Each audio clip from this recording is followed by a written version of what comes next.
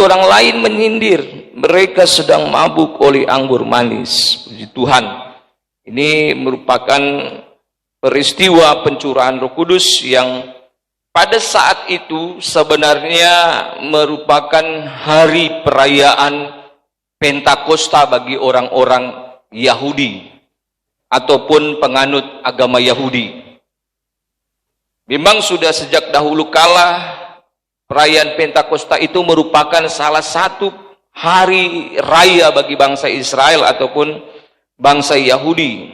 Jadi salah satu selain Paskah, hari Pentakosta merupakan hari raya bagi mereka. Dan hari raya tersebut itu merupakan hari raya yang bisa dikatakan sangat besar, sangat luar biasa. Ada beberapa istilah atau arti terkait dengan hari Pentakosta. Kalau bagi orang Yahudi itu disebut sebagai hari raya 7 minggu. 7 minggu setelah Paskah. Genapnya 50 hari.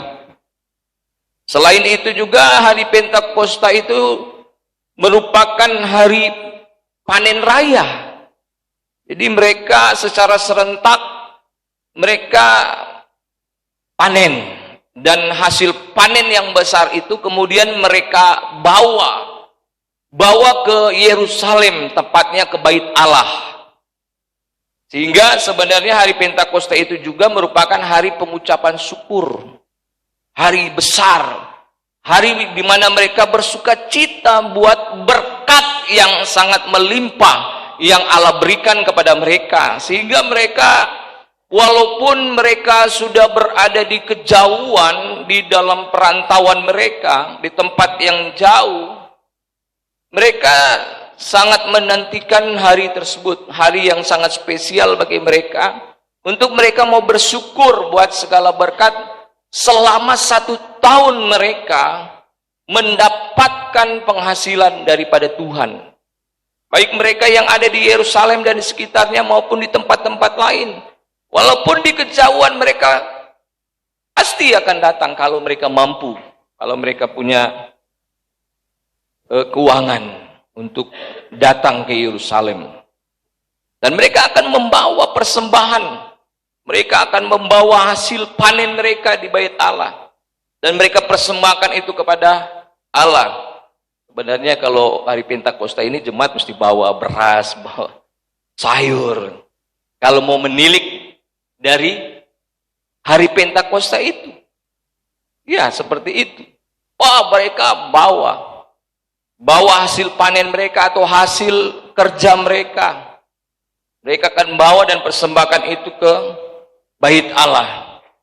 Nah, oleh sebab itu sekali lagi mereka yang ada di luar sana, bahkan ayat 6 di situ dikatakan,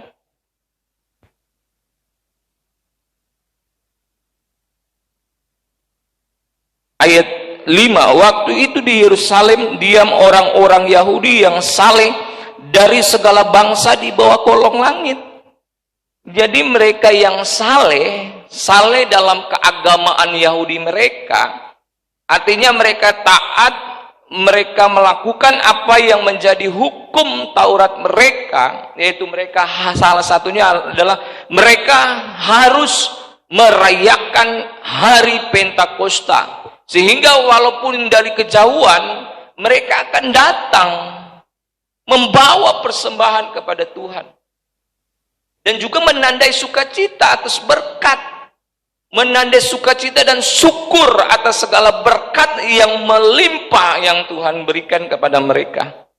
Nah, oleh sebab itu, kita bisa mengetahui ada begitu banyak orang yang datang ke Yerusalem pada saat itu. Diperkirakan 2 jutaan bahkan mungkin lebih. Jadi pada saat itu memang begitu ramai, begitu meriahnya. 7 hari mereka akan melaksanakan itu. Nanti puncaknya pada hari ke-50 tersebut. Nah, namun di tengah-tengah perayaan Pentakosta itu, murid-murid Yesus yang juga orang-orang Yahudi. Tetapi lebih daripada itu, selain mereka adalah orang-orang Yahudi juga yang harus taat kepada hukum Taurat, mereka juga sementara menaati apa yang menjadi perintah Tuhan, yaitu mereka harus tetap tinggal menunggu di Yerusalem. Menunggu di Yerusalem. Dan mereka tidak tahu apa yang akan terjadi, dan mereka tidak tahu kalau pada hari itu juga akan terjadi sesuatu yang spektakuler. Mereka tidak tahu. Tuhan tidak bilang kan, 10 hari nanti akan terjadi sesuatu, akan terjadi peristiwa. Tuhan tidak bilang seperti itu. Nah, tapi sekali lagi, pada saat bersamaan orang-orang Yahudi merayakan hari Pentakosta, mereka pun juga sebagai orang Yahudi, mereka juga ya berpartisipasi, tetapi partisipasi mereka bukan hanya sekedar mereka menaati hukum Taurat, tetapi mereka menaati perintah Yesus Kristus untuk tetap tinggal, dan mereka harus bersama-sama. Sehingga pada saat itu mereka hanya berada di dalam rumah, di suatu tempat, tidak berada di bait Allah. Oleh sebab itu terjadilah satu peristiwa yang spektakuler. Apa yang terjadi? Ada bunyi seperti tiupan angin yang keras. Kemudian ada lidah-lidah seperti nyala api. Kemudian mereka berkata-kata dalam bahasa roh. Ada 3 bentuk penyataan diri Roh Kudus kepada mereka. Tadi yang pertama, bunyi seperti tiupan angin keras. Kemudian lidah-lidah seperti nyala api. Dan yang ketiga, bahasa-bahasa. Saya coba untuk mempelajari 3 hal tersebut. Ini sebenarnya begitu banyak hal yang kita bisa dapatkan dari 3 bentuk penyataan Roh Kudus kepada mereka pada saat itu. Nah, ketika berbicara angin, kan bunyi seperti tiupan angin, itu kan merupakan gambaran, suatu gambaran. Jadi Roh Kudus ketika menyatakan dirinya kepada mereka murid-murid, bahkan orang-orang yang ada pada saat itu, kan terdengar, mereka tercengang-cengang, mereka terheran-heran dengan peristiwa yang sungguh luar biasa. Nah, sebab itu sekali lagi bentuk penyataan diri Allah itu, yaitu Roh Kudus itu, dengan gambaran seperti tiupan angin. Jadi Allah ingin menyatakan bahwa dirinya ini seperti angin. Seperti angin. Itu merupakan kekuatan Allah yang sungguh dahsyat dan luar biasa. Kita bilang angin. Kita tidak tahu betapa hebatnya kekuatan angin itu. Di perjanjian lama, apa yang terjadi dengan angin? Ketika bangsa Israel berada di satu tempat di depan Laut Tebrau, mereka dalam pengejaran bangsa Mesir, mereka dalam keadaan terjepit, terhimpit, terdesak, tidak berdaya. Mereka tidak tahu harus melangkah berjalan kemana. Tuhan bilang kepada Musa, angkat tongkatmu, pukul itu air Laut Tebrau. Apa yang terjadi? Angin. Bayangkan kekuatan angin bisa membelah Laut Tebrau. Dan begitu banyak lagi di dalam perjanjian lama. Kekuatan angin yang begitu dahsyat dan luar biasa. Dia usah jauh-jauh di zaman sekarang. Itu kalau mau angkat mobil, pakai apa itu namanya itu? Yang dongkrak. Apa? Itu kekuatan apa? Ada angin kan? Atau kalau mau cuci mobil kan, ada tuh alat yang begini. Itu kan apa? Pakai hidrolik kan? Itu kan angin sebenarnya. Kekuatan angin itu mendorong begitu kuat, menggerakkan begitu hebat. Pesawat kan coba lihat, pesawat bisa terbang karena apa? Kekuatan angin. Di udara ada angin, Begitupun juga angin yang dari mesin pesawat itu menggerakkan sehingga bisa terbang. Jadi ini menggambarkan, jadi Roh Kudus menyatakan diri dengan bentuk bunyi seperti tiupan angin, ingin menggambarkan kekuatan angin yang begitu dahsyat. Begitupun juga kekuatan api, menyatakan diri dengan bentuk seperti nyala api. Wah, api kan begitu dahsyat, begitu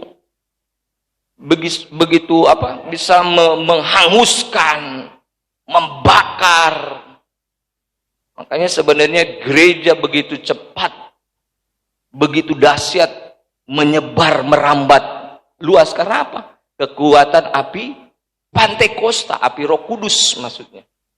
Membakar. Begitu dahsyat itu kekuatan api Roh Kudus. Sebab itu, sekali lagi hal-hal yang tadi, bentuk-bentuk penyataan diri Roh Kudus itu, baik kepada murid-murid dan juga dilihat oleh orang banyak pada saat itu yang membuat mereka terheran-heran, tercengang-cengang. Bahkan yang ketiga, ketika Roh Kudus memenuhi mereka, mereka berbahasa-bahasa lain. Nah, ini yang mungkin perlu kita luruskan. Jadi pada peristiwa Pentakosta, mereka itu berbahasa-bahasa lain. Bahasa Media, Partia, Elam, dan seterusnya. Mereka kan orang Galilea, makanya kan orang-orang Yahudi yang melihat murid-murid, wah, apa ini? Ini murid-murid ini, orang-orang ini. Bukankah mereka ini orang Galilea? Orang Galilea itu punya logat, punya dialek yang kental, yang kentara sekali. Kalau orang Langwan bilang, cak gampang. Reki karuye. Ini dialek mereka kental, kentara sekali. Ketahuan, wah ini orang Galilea ini. Mau jago bahasa Inggris bagaimanapun tetap ketahuan, wah orang Langwan, wah orang Jawa dia ini. What is this? Tetap ketahuan dialek Jawanya. Bisa dimengerti ya. Tapi ini orang-orang terheran-heran. Bagaimana mungkin ini orang Galilea ini bisa berbahasa Kreta, Aram, Elam, Media, Persia, dan seterusnya. Bisa bahasa Arab. Wah, itu kemampuan Roh Kudus yang bekerja dalam kehidupan mereka.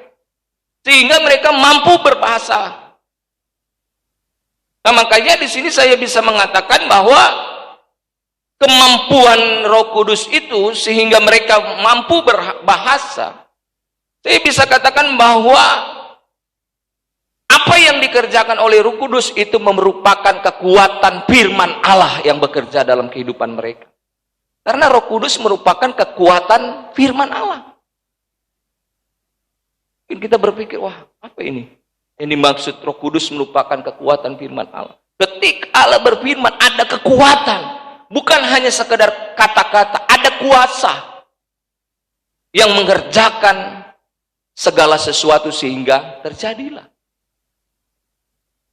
Sama seperti ketika Allah berfirman, bukan cuma sekedar Allah jadi langit, jadi bumi, jadi sungai. Tetapi dari kata-kata itu, artikulasi kata Allah itu yang keluar, di dalamnya ada kuasa yang mengerjakan segala sesuatu sehingga terjadilah hal itu. Begitupun juga pada peristiwa itu. Mereka mampu berkata-kata oleh karena pekerjaan Roh Kudus dalam kehidupan mereka. Karena Roh Kudus merupakan kekuatan firman Allah yang memampukan mereka untuk melakukan sesuatu, yaitu bisa berkata-kata sehingga orang-orang yang ada pada saat itu mengerti apa yang mereka katakan. Wah, ini kemampuan yang unik. Makanya beberapa kali saya katakan Roh Kudus itu memberikan kemampuan bagi kita untuk melakukan pekerjaan Allah. Kan mereka tidak mampu. Bagaimana mereka bisa memberitakan tentang kebesaran Allah kepada orang-orang yang dari segala kolong langit, dari perantauan. Memang mereka orang-orang Yahudi umumnya. Tapi mereka orang-orang Yahudi yang sudah tersebar ke perantauan, yang sudah hidup sekian tahun, bahkan sekian ratus tahun. Ya, mereka sudah berbahasa orang Arab, orang Kreta, dan seterusnya. Ketika mereka datang, wah, bagaimana mungkin nih Petrus ini cuma nelayan, jago bahasa Inggris. Wah, bagaimana mungkin ini Ibu Gembala jago bahasa Spanyol. Ya. Kira-kira seperti itu supaya kita paham. Jadi Roh Kudus pada saat itu memberi kemampuan untuk mereka melakukan pekerjaan Allah, yaitu memberitakan kebesaran dan keajaiban Tuhan. Nah, sekali lagi makanya kita harus paham bahwa betapa pentingnya Roh Kudus dalam kehidupan kita sebagai orang percaya dan sebagai orang yang mendapatkan tugas pelayanan yang ada. Jangan kita harus terus, kita harus mengejar, kita harus meraih Roh Kudus dalam kehidupan kita. Ya, Roh Kudus sudah ada, tetapi kita harus selalu dipenuhkan oleh Roh Kudus untuk dapat mengerjakan tugas pelayanan. Sehingga apa? Biar dapat lihat kita biasa-biasa. Kalau Roh Kudus yang bekerja dalam kehidupan kita akan terasa luar biasa. Mereka kan orang-orang biasa. Petrus, Andreas, Filipus, Thomas. Apa mereka itu? Mereka itu hanya orang-orang biasa. Tapi ketika Roh Kudus memenuhi diri mereka, hidup mereka, mereka menjadi orang-orang biasa. Wah, Petrus tampil. Dulu sadikipan aku. Tapi dia tampil bicara pada orang banyak. Dulunya dia bisa khotbah mungkin. Kalau khotbah totofore, gugup. Tapi ketika Roh Kudus memenuhi Petrus dan kawan-kawan, tampil dengan gagah berani. Karena apa? Roh Kudus yang memberi kewibawaan, memberi otoritas, memberi keberanian, dan memberi kemampuan untuk bicara. Bicara. Begitupun juga dalam tugas pelayanan dalam kehidupan kita. Apa yang Tuhan percayakan dalam kehidupan kita? Kalau kita merasa tidak bisa, tidak mampu. Kalau kita ada Roh Kudus dan hidup kita dipenuhi Roh Kudus, pasti mampu. Pasti bisa. Pasti akan terjadi sesuatu yang luar biasa dalam kehidupan kita. Nah, oleh sebab itu, kita perlu menyadari bahwa betapa pentingnya Roh Kudus bagi gereja dan bagi kita sebagai gereja Tuhan. Nah, tapi yang unik di sini yang kita bisa lihat adalah begini. Kenapa ya? Kenapa Roh Kudus turun ke atas mereka? Kan ada begitu banyak orang-orang yang ada pada saat itu. Ada jutaan orang. Ramai pada saat itu. Mereka dalam rumah. Kenapa Roh Kudus itu turun ke atas mereka? Apakah Roh Kudus menyasar? Salah sasaran? Pasti kita akan berkata tidak. Roh Kudus tidak salah sasaran. Roh Kudus tepat sasaran. Roh Kudus tahu kepada siapa akan turun memenuhi. Ya, padahal mereka kan tadi di ayat 5 dikatakan orang-orang Yahudi yang saleh dari segala kolong langit. Mereka bukan orang-orang yang biasa. Mereka adalah orang-orang yang saleh. Orang-orang saleh itu kan orang yang taat kepada peraturan, kepada hukum, dan melaksanakan apa yang menjadi perintah, yang menjadi hukum, yang melakukan ibadah. Itu tuh orang saleh. Tapi kenapa Roh Kudus tidak turun ke atas mereka? Ada begitu banyak dari antara jutaan orang itu, kenapa tidak turun ke atas mereka? Hanya turun kepada murid-murid Yesus. Coba kita berpikir, kira-kira apa? Jawabannya adalah Karena murid-murid percaya, taat, dan setia kepada Yesus. Kan mereka kan percaya. Murid-murid, Petrus, Thomas, Andreas, Filipus, Bartolomeus, tinggal di Yerusalem. Tuhan perintahkan. Kalau Tuhan bilang tinggal di Yerusalem, tinggal. Kalau Tuhan bilang pergi beritakan Injil, pergi, lakukan. Mereka taat. Mereka percaya bahwa ada sesuatu yang Allah akan kerjakan kepada mereka. Tinggal di Yerusalem. Nantikan janji Bapa. Mereka percaya apa yang Yesus katakan itu akan terjadi.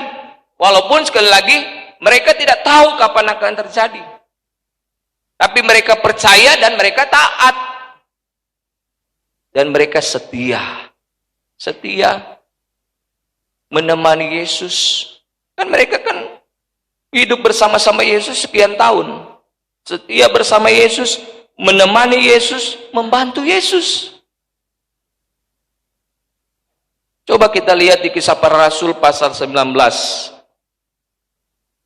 Kisah Para Rasul pasal 19 ayat 1 sampai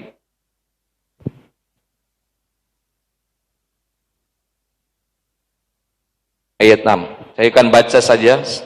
Ketika Apolos masih di Korintus, Paulus sudah menjelajah daerah-daerah pedalaman dan tiba di Efesus. Di situ didapatinya beberapa orang murid. Katanya kepada mereka, "Sudahkah kamu menerima Roh Kudus ketika kamu menjadi percaya?" Akan tetapi mereka menjawab dia, "Belum. Bahkan kami belum pernah mendengar bahwa ada Roh Kudus." Lalu kata Paulus kepada mereka, "Kalau begitu dengan baptisan manakah kamu telah dibaptis?" Jawab mereka, "Dengan baptisan Yohanes." Kata Paulus, "Baptisan Yohanes adalah baptisan orang yang telah bertobat." Dan ia berkata kepada orang banyak bahwa mereka harus percaya kepada dia yang datang kemudian daripadanya, yaitu Yesus. Jadi harus percaya kepada Yesus. Ketika mereka mendengar hal itu, mereka memberi diri mereka dibaptis dalam nama Tuhan Yesus. Dan ketika Paulus menumpangkan tangan di atas mereka, turunlah Roh Kudus ke atas mereka, dan mulailah mereka berkata-kata dalam bahasa roh dan bernubuat. Ketika mereka percaya kepada Yesus, maka Roh Kudus turun ke atas mereka. Walaupun mereka sudah percaya, tetapi Paulus ingin menekankan, kita harus percayanya kepada Yesus. Karena Yesus yang menjadi fokus. Roh Kudus itu akan turun kepada orang-orang yang percaya kepada Yesus Kristus. Yang percaya, yang taat dan setia. Makanya kalau kita menginginkan Roh Kudus turun dalam kehidupan kita dan bekerja dalam kehidupan kita, maka kita harus percaya, taat, dan setia. Tuhan Yesus memberkati kita. Haleluya. Tuhan, Roh Kudus kau hadir di sini.